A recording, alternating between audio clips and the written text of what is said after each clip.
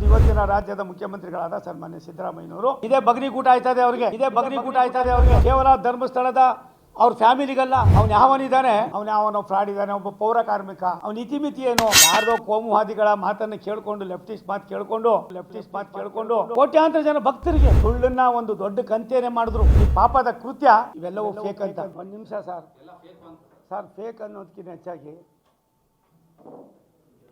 ಧರ್ಮಸ್ಥಳ ಸಾವಿರಾರು ವರ್ಷ ಇತಿಹಾಸ ಇರ್ತಕ್ಕಂಥ ಈ ದೇಶದ ಪ್ರತಿಯೊಬ್ಬ ಭಕ್ತರಿಗೆ ನೆಮ್ಮದಿಯನ್ನು, ಶಾಂತಿಯನ್ನು, ಬದುಕೋ ಮಾರ್ಗವನ್ನು ಕೊಟ್ಟಿರ್ತಕ್ಕಂಥ ಒಂದು ಪವಿತ್ರವಾದ ಪ್ರದೇಶ.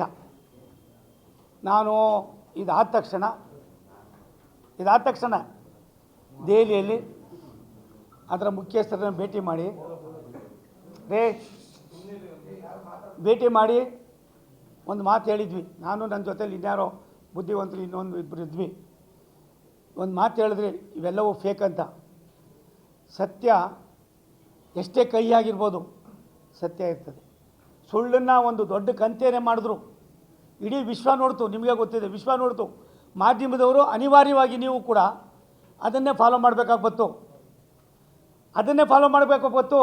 ಒಂದು ಇಂಚು ಕೂಡ ನೀವು ಯಾರು ಕೂಡ, ನಾವು ಕೂಡ ಎಲ್ಲರೂ ಸ್ವಾಗತ ಮಾಡಿದ್ವಿ.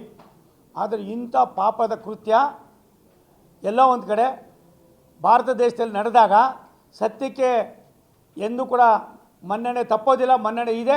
ಸತ್ಯಕ್ಕೆ ಎಲ್ಲ ಒಂದು ಕಡೆ ದಾರಿಯನ್ನು ಭಾರತ ಮಾತೆ ತೋರಿಸ್ತಾಳೆ ಅನ್ನೋದಕ್ಕೆ ಏನು ಈ ಸರ್ಕಾರ ನಡ್ಕೊಂಡಂಥ ರೀತಿ ಇದೆಯಲ್ಲ, ಈ ಪಾಪದ ಕೃತ್ಯಕ್ಕೆ ಯಾರಾದರೂ ಹೊಣೆಗಾರರಿದ್ದರೆ ಅದು ಇವತ್ತಿನ ರಾಜ್ಯದ ಮುಖ್ಯಮಂತ್ರಿಗಳಾದ ಸನ್ಮಾನ್ಯ ಸಿದ್ದರಾಮಯ್ಯನವರು.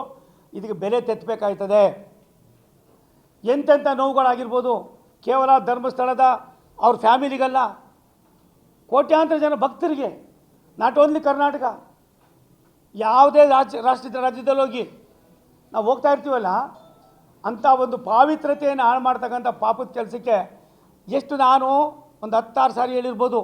4 ಜನ ಗೋಡೆ ಮಧ್ಯದಲ್ಲಿ ಅವನೋ ಫ್ರಾಡ್ ಇದ್ದಾನೆ, ಒಬ್ಬ ಪೌರ ಕಾರ್ಮಿಕ, ಅವನ ಇತಿಮಿತಿ ಏನು, ಅವನ ವ್ಯವಸ್ಥೆ ಏನು, ಅವನೇನು ಅನ್ನೋದನ್ನು ಯಾರೂ ಅರ್ಥ ಮಾಡ್ದಿರಾ ಯಾರ್ದೋ ಕೋಮುವಾದಿಗಳ ಮಾತನ್ನು ಕೇಳಿಕೊಂಡು, ಲೆಫ್ಟಿಸ್ಟ್ ಮಾತು ಕೇಳಿಕೊಂಡು ಇಂಥ ಕರ್ನಾಟಕದ ಜನರ ಮನಸ್ಸನ್ನು 6.5 ಕೋಟಿ 7 ಕೋಟಿ ಜನರ ಮನಸ್ಸನ್ನು ನೀವು ಕೆದಕಿದ್ದೀರಲ್ಲ, ಇದು ನಿಮಗೆ ಮುಂದೊಂದು ದಿನ ಅಲ್ಲ, ತಕ್ಷಣಕ್ಕೆ ನಿಮಗೆ ಇದೇ ಬಗನಿಗೂಟ ಆಯ್ತದೆ.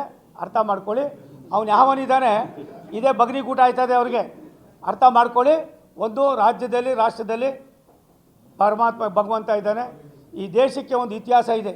ಗಜ್ನಿ ಮೊಹಮ್ಮದ್ ಎಷ್ಟು ಸಾರಿ ಬಂದ ಸರ್, ಏನಾಯ್ತಪ್ಪ? ಹಾಗಾಗಿ ಒಬ್ಬನೇ ಸಂಗೊಳ್ಳಿ ರಾಯಣ್ಣ, ಒಬ್ಬಳೇ ಕಿತ್ತೂರು ರಾಣಿ ಚೆನ್ನಮ್ಮ, ಇಂಥ ಪುಣ್ಯಾತ್ಮರು ಎಲ್ಲೋ ಒಂದು ಕಡೆ ಈ ದೇಶವನ್ನು ಅಸ್ಥಿರತೆಯನ್ನು ಕಾಪಾಡಿದ್ದಾರೆ, ಸ್ಥಿರತೆಯನ್ನು ಕಾಪಾಡಿದ್ದಾರೆ, ಅಸ್ಥಿರತೆಯನ್ನು ಹೋಗಲಾಡಿಸಿದ್ದಾರೆ. ಇವತ್ತು ಕೂಡ ಧರ್ಮಸ್ಥಳದ ಈ ಒಂದು ಪಾಪದ ಕೆಲಸಕ್ಕೆ ಏನು ಕೈ ಹಾಕಿ ಇವತ್ತು ಮಾಡಿದಾರಲ್ಲ, ಇದನ್ನು SIT ನಾನು ಅವ್ರನ್ನ ಮೆಚ್ಕೋತೀನಿ. ಯಾಕಂದರೆ ಅಧಿಕಾರಿಗಳು ಅವ್ರು ಏನೂ ಮಾಡೋಕ್ಕಾಗಲಿಲ್ಲ, ಅವ್ರಿಗೆ ಗೊತ್ತಾಗಿದೆ ಇದೆಲ್ಲವೂ ಕೂಡ ಫೇಕು, ಇದೆಲ್ಲ ವ್ಯವಸ್ಥಿತವಾದ ಷಡ್ಯಂತ್ರ. ಈ ನಾಟಕಕ್ಕೆ ತೆರೆ ಹಿಡಿಯೋ ಕಾಲ ಬಂದೈತೆ. ನನಗನ್ನಿಸ್ತದೆ ಸಿದ್ದರಾಮಯ್ಯ ಸಾಹೇಬ್ರಿಗೂ ಕೂಡ ಮನವರಿಕೆ ಆಗಿದೆ. ದಯವಿಟ್ಟು ಹೋಗಿ ಮೊದಲು ಧರ್ಮಸ್ಥಳದಲ್ಲಿ ಒಂದು 2 ದಿನ ಇದ್ದು, ಒಂದು 2 ದಿನ ಇದ್ದು ಆ ಪಾಪಕ್ಕೆ ನೀವು ಬಂದಿದ್ದು, ನಾನು ಮಾಡಿದ್ದು ನನಗೆ ಯಾರ ಹತ್ರನೂ ಹೇಳಿದವರು ಪರವಾಗಿಲ್ಲ, ಪ್ರಾಯಶ್ಚಿತ್ತಕ್ಕೋಸ್ಕರವಾದರೂ ಆ ಧರ್ಮಸ್ಥಳದ ಮಂಜುನಾಥನ ಅಣ್ಣಪ್ಪನ ದರ್ಶನ ಮಾಡಿ, ನಾನು ಯಾರ ಮಾತು ಕೇಳಿ ಮಾಡಿದ್ದೀನೋ ಗೊತ್ತಿಲ್ಲ, ನನಗೆ ಕ್ಷಮಿಸು ಅಂತ ಕೇಳ್ಕೊಬಂದರೆ ಸಿದ್ದರಾಮಯ್ಯನವ್ರಿಗೂ ಒಳ್ಳೆಯದು, ರಾಜ್ಯಕ್ಕೂ ಒಳ್ಳೆಯದು. ಸಿದ್ದರಾಮಯ್ಯನವ್ರು ಒಬ್ಬರಲ್ಲ, ರಾಜ್ಯದ ಮುಖ್ಯಮಂತ್ರಿ, 6.5 ಕೋಟಿ ಜನರ ಪ್ರತಿನಿಧಿ ನೀವು, ಮುಖ್ಯಸ್ಥರು ನೀವು. ಇದಕ್ಕೆ ಕರ್ನಾಟಕದಲ್ಲಿ ಕನ್ನಡಿಗರ ಭಾವನೆ ಏನಿದೆ, ನಮ್ಮ ಸುಳ್ಳು 1000 ಸಾರಿ ಹೇಳಿದ್ದು ಸುಳ್ಳು ಏನಿದೆ, ಆ ಸುಳ್ಳೇ ಆಗಿದೆ.